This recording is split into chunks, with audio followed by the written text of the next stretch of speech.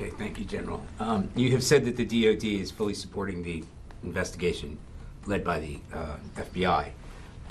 Who at the DoD? Which departments, which personnel are involved in this? Yeah, what I would tell you, Charlie, is DoD is fully supporting. The FBI is the lead on this investigation, so I'd refer you to them for any questions. But aren't there representatives of the DoD that are part of the investigation? I just said that the department is fully supporting, but I'm not going to have any more details to go to provide beyond that. So, Tom. Thanks, General. Two different questions. We have a story today showing that 15 UNIFIL peacekeepers were injured when the IDF apparently deployed white phosphorus by their base in southern Lebanon this month. Can I ask, what is the DoD's view on the use of white phosphorus in war, and would the Pentagon have any concerns about it being used by or near UNIFIL bases? So, as far as Israeli operations go, Tom, I'd have to refer you to them to talk about that. Broadly speaking, white phosphorus is used essentially as a signaling, capability that you can use to hone in on targets, or to also provide smoke capability. But yeah, so it does have a legitimate use in combat operations. Okay, and then separately, 64 Democrats in Congress yesterday wrote to President Biden calling for him to push Israel to allow unimpeded access for American and international journalists into Gaza. The letter has been endorsed by CPJ and many other journalist organizations.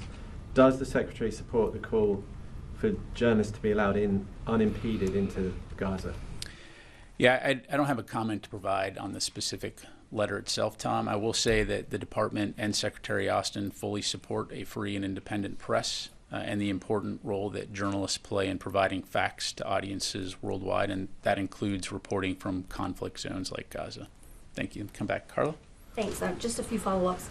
On the raid in Iraq, can you tell us, was the ISIS leader in the country, was he the target? Where was this raid, and was this U.S.-led or was this Iraqi-led? Yeah, thanks, Carla. So on the raid, again, we'll have more details to follow. Again, my understanding this was a partnered raid, and so as we have more information to provide, we'll certainly get that up. Okay, and then just to follow up on the leak, I know you mentioned that the individual is not under investigation, just so there's no ambiguity. Are we talking about Ariana Tabatabai? Again, look, for the purposes of reporting here, I don't want to start throwing out names to perpetuate information that, again, as I highlighted, to my knowledge, the official that was being referenced is not a subject of interest. So just leave it there. Got it. And does the Pentagon feel that the leak did originate in the Pentagon? Again, this is under investigation, so I'm not going to have any comment to provide on an ongoing investigation. Pat, just a follow-up on the leak. Can you help us understand why the Pentagon isn't conducting its own investigation? You said you're supporting the FBI. Why isn't DoD conducting its own either joint or separate investigation into the leak, or how the system failed or broke down in this case? Well, I'm just giving you a statement of fact here, Orrin, and that is that the FBI is investigating the alleged leak and working closely with the Department of Defense and the intelligence community. And I'll just leave it there. Let me go back. Yes, ma'am. Roe.